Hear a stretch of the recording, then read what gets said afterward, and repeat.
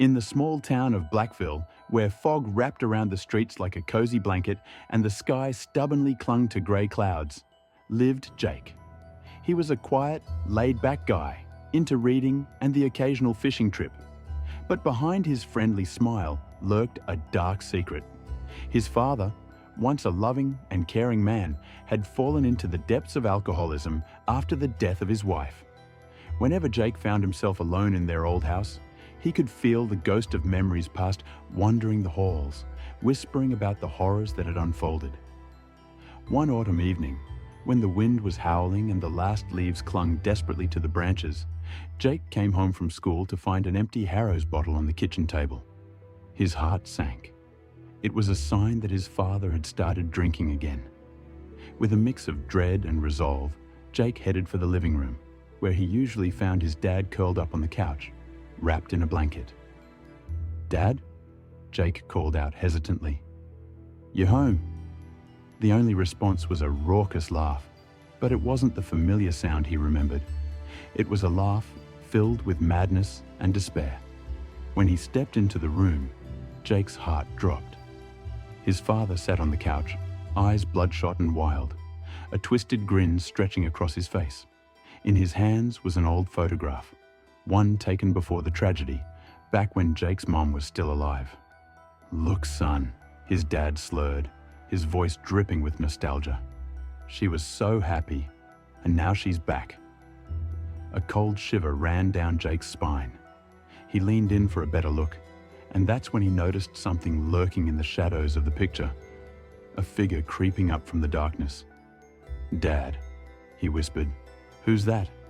"That's her friend," his father replied, smiling as if it was all perfectly normal. She was never alone. Just then, a rustle came from the corner of the room. Jake whipped around and saw a shadow materializing, becoming clearer. It was his mother, but her face was devoid of warmth, only cold, lifeless tranquility. "Jake," she said, her voice a mere ghostly whisper. "You shouldn't stay here. They're waiting." Jake's heart raced. He knew the stories about kids going missing in Blackville. Creepy tales had always hovered at the edges of his mind. He bolted out of the house, inhaling the damp, rotten air that seemed to chase him down the street. He sprinted toward the local corner store, only a few blocks away, hoping he could find some semblance of safety. Bursting through the door, he skidded to a halt, finding the old shopkeeper, a weathered man with a face etched by time. But there was no surprise in his eyes, just a knowing look that made Jake's skin crawl. "I know why you're here," the shopkeeper said, leaning in. "They're coming for you." "Who?" Jake asked, panic lacing his voice. "The shadows of the past. If you don't get out of this place, they'll take you." Jake's heart raced. The stories he had heard about the disappearances were no longer just tales. They were warnings. He spun on his heel and raced back toward home, fear igniting his every step. As he reached the house, the front door stood ajar.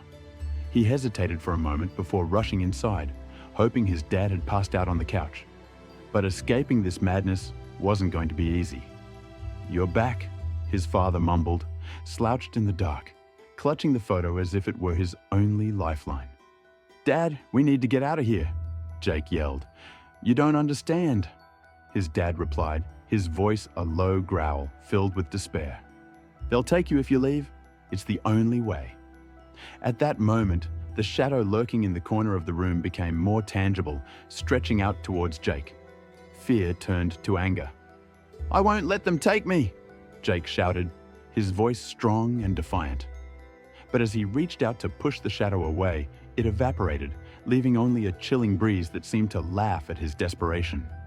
Jake turned to his father, who stood frozen, eyes brimming with tears. "You don't get it, son," he whispered. "They're coming for you. You need to stay." In that moment, Jake realized his father wasn't just a drunk.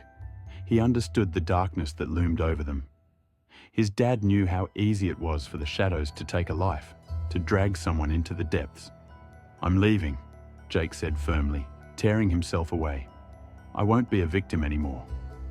With those words, he burst out of the house, leaving his father behind with his fears and dark memories. As he sprinted down the old road where he used to play with friends, he glanced back.